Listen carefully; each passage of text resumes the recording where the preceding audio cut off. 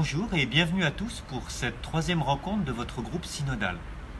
Lors de votre première rencontre, vous avez pu vivre un temps de visitation comme Marie à Élisabeth. Vous avez pu découvrir combien Dieu travaille en chacune de nos vies. Et c'est ça la grande grâce de l'Église. Lors de la deuxième rencontre, nous sommes mis à l'écoute de Pierre et de Corneille, de la parole de Dieu. Et nous avons découvert combien Dieu nous appelle à aller toujours au-delà. L'Esprit travaille en chacun, travaille dans l'Église et hors de l'Église. Aujourd'hui, nous vous proposons de porter un regard sur notre manière de vivre l'Église, de faire Église, de cheminer dans l'Église qui est à Rabat, dans notre Église concrète. Alors vous allez me dire, ça c'est facile, parce que voir ce qui va mal dans l'Église, ce qui devrait changer, ce qu'il faudrait faire, nous avons tous plein d'idées là-dessus. Et c'est sans doute très juste et très bon. Mais est-ce que c'est évangélique ?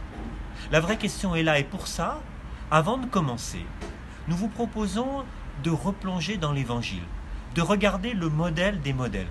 Comment Jésus entre en relation, comment Jésus crée l'Église, comment Jésus fait Église sur les routes de Galilée.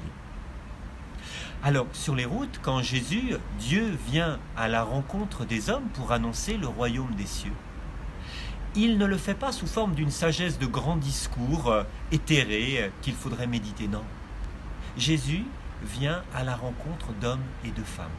Il se laisse toucher par des hommes, par des femmes. Il les écoute, il leur répond en profondeur, il les mène au-delà de ce qu'ils attendaient. Il les restaure dans leur dignité de fils et de filles de Dieu. Et cela, c'est très important pour nous. Ça veut dire qu'il n'y a pas d'église, il n'y a pas de foi ecclésiale sans rencontre personnelle avec Dieu. Mais cette rencontre que je fais, moi, avec Dieu, elle se fait toujours dans un contexte. Ce contexte, c'est celui de la foule et celui des apôtres. La foule, c'est tous les gens, tous ceux qui croient et qui suivent Jésus, tous ceux qui ont du mal parce que Jésus pardonne à Zachée, tous ceux qui sont hors de l'Église comme cette Cananéenne. Ils sont tous là. Jésus est toujours là pour tout le monde. Et puis, il y a les apôtres, ceux qui ont été appelés en particulier, pas pour remplacer Jésus. Chaque fois qu'ils vont essayer de remplacer Jésus, ça ne marchera pas. Mais ils sont là avec un rôle de communion, un rôle de facilitateur. Ils sont là pour faciliter l'entrée en relation avec Dieu.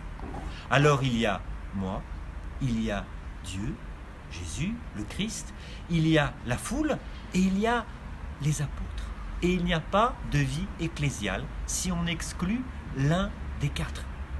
Si moi je ne suis pas engagé, si je ne suis pas là, si je consomme du sacrement, il n'y a pas de vie ecclésiale. Je suis, comme dit le vieil adage, un chrétien seul est un chrétien mort. Je ne suis pas relié avec le reste du corps.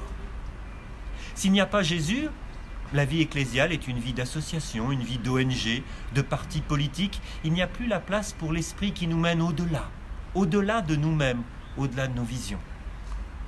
S'il n'y a plus la foule, alors il n'y a plus que Jésus et les apôtres, c'est-à-dire une vie ecclésiale, comme dit le pape François, auto-référencée.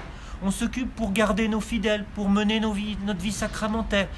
On n'accepte plus que l'autre croyant, le frère séparé, le pauvre, nous appelle plus loin, qu'il soit le but et le lieu où Dieu nous parle. Et puis finalement, s'il n'y a plus les apôtres, eh bien le risque, c'est chacun est en relation avec Dieu. Nous formons des petits groupes d'affinité, mais nous sommes séparés, exclus de ce lien avec la vérité évangélique que le ministère ordonné nous transmet de génération en génération. Alors, l'Église, notre vie ecclésiale, elle n'est jamais sans moi, sans Dieu, sans les apôtres et sans la foule. Prenons le temps, pendant une petite minute, de réfléchir, de méditer, de replonger dans ce modèle évangélique où chacun a sa place unique. Et ensuite, prenons les questions qui nous ont été posées, regardons notre Église et mettons-nous à son service. Bon partage.